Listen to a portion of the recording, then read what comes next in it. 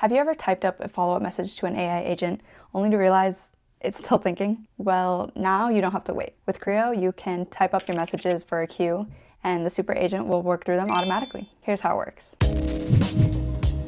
While your agent is still processing your last message, you can go ahead and type in your next question or a follow-up. Hit send, and instead of interrupting your agent, it goes into a queue. Once the agent finishes its current response, it automatically picks up the next message in your queue. You can stack as many follow-ups as you want, and the super agent will run through them one by one in the order you sent them. If you're not sure about your next message, you can switch your queue to manual mode. So instead of sending automatically to your super agent, the next queued message gets put into your chat box, where you can review it, edit it, or even delete it before it gets sent through. And here's the best part. Your queued messages are saved on the server. So that means you can close your browser, go grab a coffee, come back later, and your super agent will have already worked through your queue.